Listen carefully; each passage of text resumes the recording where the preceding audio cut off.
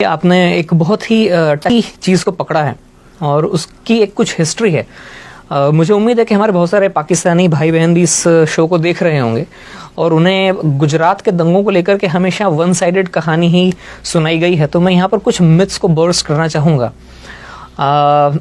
अक्सर ही बताया जाता है, पाकिस्तान के अंदर तो यही खबरें जाती हैं कि मोदी के राज में 2000 मुसलमानों को मार दिया, लेकिन एक्चुअल फिगर 2000 नहीं है। वैसे मुझे शर्म आ रही है ये नंबर्स बोलने में। ये कोई खुशी का मौका नहीं है, ये कोई खुशी की चीज़ नहीं है कि मैं ये कहूँ कि 790 मुसलमान मारे गए थे और 240 हिंदू मारे गए थे। ये जॉइंट पार्लियामेंट्री कमेटी की रिपोर्ट थी जो कांग्रेस के राज में बाद में मनमोहन सिंह जी जब प्राइम मिनिस्टर थे तब टेबल हुई थी और उस रिपोर्ट के ये फिगर्स हैं। 790 मुसलमान मरे, 240 हिंदू मरे। ये बहुत बदकिस्मत नंबर है, लेकिन ये फैक्ट्स हैं जो कांग्रेस के राज में आए थे। अब इमीडिएट रीजंस ये थे कि साहब एक ट्रेन थी जो अयोध्या, जो हिंदुओं का एक बड़ा, जैसे मुस्लिम भाई बहनों का जैसे मक्का या मदीना होता है, वैसे अयोध्या राम जी का जन्मस्थल माना जाता है। वहाँ से तीर्थयात्रियों की एक ट्रेन अयोध्या से लौटी थी।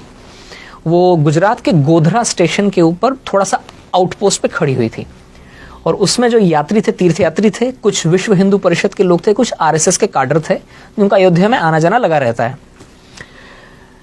अचानक, एंड आई से this with lot of डिसमे and lot of embarrassment, कि अचानक करीब 1000 मुसलमानों की भीड़ उस ट्रेन के उस डब्बे में पहुंचती है जहां पर इन लोगों के रिजर्वेशन थे। बोगी नंबर S6 और S7 इसे घेरती है। अचानक पथराव शुरू होता है और पेट्रोल में भिगो कर रुई के गद्दों को और तकियों को अंदर फेंका जाता है और आग लगाई जाती है, जिसमें 59 हिंदू जिंदा जलकर मर जाते हैं। 28 फरवरी सन 2002 का दिन था, सुबह 9:30 बजे के आसपास का वक्त था। इसमें 59 जो हिंदू जलकर मरते हैं। जैसे कि आपको जानकारी, इंडिया में जो स्लीपर डब्बे होते हैं उनमें 72 लोगों की सीटें होती हैं, तो 72 में से 59 लोग जलकर मर गए। उनमें 40 औरतें थीं और बच्चे थे। अब इसके बाद में 3 मार्च से बदकिस्मती से इंडिया में दंगों का इतिहास बहुत पुराना है। ये कोई मोदी राज के साथ में चालू नहीं हुआ है। ये मैं कह रहा हूँ, मैं कोई मोदी भक्त नहीं हूँ, ना मैं कोई बीजेपी का मेंबर हूँ, लेकिन ये रियलिटी है कि हिंदुस्तान में हिंदू मुसलमानों का दंगों का इतिहास बहुत पुराना है। बदकिस्मती से दंगे हो जाते हैं 3 मार्च से। जब शुरुआत में इस खबर को थोड़ा दबाया गया, लेकिन जब 59 लोग जिंदा जलकर उन पापड़ जैसे बन गई वो लाशें, और उन लाशों को जब ट्रांसपोर्ट किया गया था तो वो लाशें जहाँ जहाँ से गुजरी वहाँ से ये खबर फैलती चली गई और 3 मार्च से दंगे फसाद चालू हुए, जिनमें बदकिस्मती से जो फिगर्स मैंने आपको बताई उतने लोग मारे गए थे। अलबत्ता दूसरे फैक्ट्स जो हैं उन पर पर्दा डाल दिया जाता है। ऐसा पहली बार हुआ था जब किसी भी राज्य में दंगे शुरू होते ही 48 घंटे के अंदर अंदर वहां के चीफ मिनिस्टर ने आर्मी को आने के लिए ग्रीन सिग्नल दे दिया हो। 5 मार्च का दिन था, आर्मी की टुकड़ियां पहुंच गई थी फ्लैग मार्च करने के लिए। दूसरी बात, ऐसा पहली बार हुआ इंडिया में कि पुलिस की गोलियों से 100 हिंदू दंगाई मारे गए थे। ये फैक्ट्स हैं, ये डॉक्यूमेंटेड फिगर्स हैं, मैं अपने मन से नहीं बता रहा हूं। और ऐसा पहली बार हुआ था कि इस तरह से कट्टर, जो मुस्लिम्स के अंदर जो कुछ कट्टर और ऑर्गेनाइजेशंस थे, उन्होंने वहीं के पास में गोधरा में करीब 50 मस्जिदें हैं, 50-60 मस्जिदें, छोटा सा कस्बा है लेकिन 50-60 मस्जिदें हैं। हो सकता है उनमें से कुछ मस्जिदों को सऊदी फंड्स आते हों, जहां पर वो वहाबिज्म की जो एक्सट्रीम हार्डलाइनर आइडियोलॉजी वहां से वो प्रोपोगेट करते हैं। एक मस्जिद से मोबिलाइज हुई थी वो मॉब जिसने ट्रेन को घेरा था और जिस तरह से जलाया गया, ये भी पहला मौका था इंडिया के अंदर। ये उसका इमीडिएट रीजंस थे। इसके पीछे हिस्ट्री का थोड़ा सा और पीछे आप जाएंगे तो गुजरात की पॉलिटिकल अनसर्टेनिटी भी बहुत ज्यादा थी उस वक्त। ये मार्च 2002 की बात है। उससे 2.5 महीना पहले जब दिवाली के आसपास का वक्त था, तब ही मोदी जी को पैराड्रॉप किया गया था। अटल जी और आडवाणी जी के कहने पर उनको सीधे उठाकर चीफ मिनिस्टर बनाया गया था। वे गुजरात में उसके पहले कभी असेंबली के मेंबर तो क्या, चुनाव लड़ना तो क्या, वे कभी किसी म्यूनिसिपल कॉरपोरेशन का भी चुनाव नहीं लड़े थे।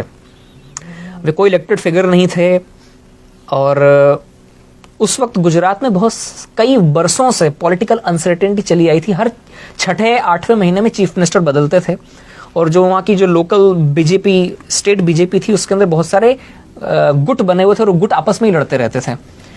वो हालांकि बीजेपी मेजॉरिटी में थी, लेकिन फिर भी कोई एक तगड़ा लीडर नहीं था। कांग्रेस बहुत होपलेस कंडीशन में थी, लेकिन फिर भी वो इस इनफाइटिंग को थोड़ा बढ़ाने की कोशिश करती थी। कई सालों से ही चल रहा था, तो आप ये समझ सकते हैं कि पॉलिटिकल अनसर्टेनिटी थी। जब किसी भी जगह पर पॉलिटिकल अनसर्टेनिटी होती है तो वहाँ के एडमिनिस्ट्रेशन के ऊपर उसकी मार पड़ती है। एडमिनिस्ट्रेशन ढीला हो जाता है, पुलिस ढीली हो जाती है, और पूरी सोसाइटी में भी एक एजिटेशन हो जाता है, गड़बड़ हो जाती है। तो इन सब चीज़ों की रोशनी में एक नए आदमी को आप उठाकर चीफ मिनिस्टर बनाते हैं, जिसके ज़्यादा सपोर्टर्स भी नहीं थे। और इंडिया में ऐसा होता है कि काफ़ी चीज़ें इंटरपर्सनल तरीके से होती हैं। चीफ मिनिस्टर की उस वक्त हो सकता है वहाँ के पुलिस वालों से भी ज़्यादा जान पहचान ना हो, पुलिस वाले सुनते ना हो, इवन खुद अपनी ही पार्टी के लोग ऐसे मौके पर नए मुर्गे की टांग खींचने की कोशिश करते हैं कि मैं आपको यहाँ पे इसलिए टोक रहा हूँ, आपकी पूरी कहानी हम तक पहुंची और बड़ी इंपॉर्टेंट है। आपने फैक्ट्स के साथ बात की, ये वो फैक्ट्स है जो हमारे दर्शकों को जानने की जरूरत है।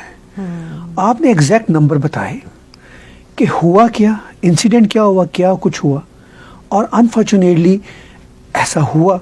मगर उसके बाद हम देखते हैं कि वो ना तो मोदी साहब ने किया था, मोदी साहब ने कंट्रोल किए, और उसी स्टेट में जहां ये इंसिडेंट पहले हुआ करते थे, फिर हमें आगे ये पता चलता है कि उन्होंने मैक्सिमम उसको कंट्रोल किया।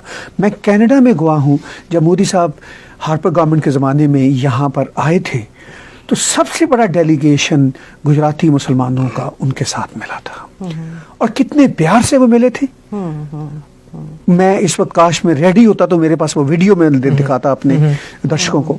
ये तो वो फैक्ट है। अब देखिए, एक चीज और जोड़ना चाहूंगा इसमें कि उन दंगों के बाद मोदी जी, ये फैक्ट है जी, एक के बाद में 3 इलेक्शन जीते हैं, 5-5 साल। बिल्कुल ऐसा है। अगर उन्होंने दंगे करवाए होते जैसा कि लोग बोलते हैं, नहीं, वो तो एक सिस्टेमिक कैंपेन है ना उनके खिलाफ, डेमोनाइज करने की। तो गुजरात की जो पब्लिक है, इंडिया की सबसे ज्यादा एजुकेटेड पब्लिक में से मानी जाती है। वो इतनी बेवकूफ तो नहीं है कि किसी मास मर्डरर को एक के बाद में 3 इलेक्शन जिताएगी। और दूसरी बात यह है कि एक बार जब ये जम गए वहां पर, तो इतिहास साक्षी है, तारीख गवाह है कि उसके बाद में फिर गुजरात में कभी कोई दंगा नहीं हुआ जी। और ये बड़ी दिलचस्प बात है कि आज भी इस आदमी की तनकीद करने के लिए लोगों को कुछ और नहीं मिलता है तो 17 साल पीछे जाते हैं। राइट। मतलब 17 साल से ये आदमी लगातार या तो गुजरात का चीफ मिनिस्टर था या इंडिया का प्राइम मिनिस्टर था। इन 17 सालों के कालखंड में इस आदमी के खिलाफ बोलने के लिए किसी को कुछ नहीं मिल रहा है। मतलब तो वो ये जो 17 साल पीछे जाना पड़ता है लोगों को। अच्छा, ये बड़ी दिलचस्प बात है।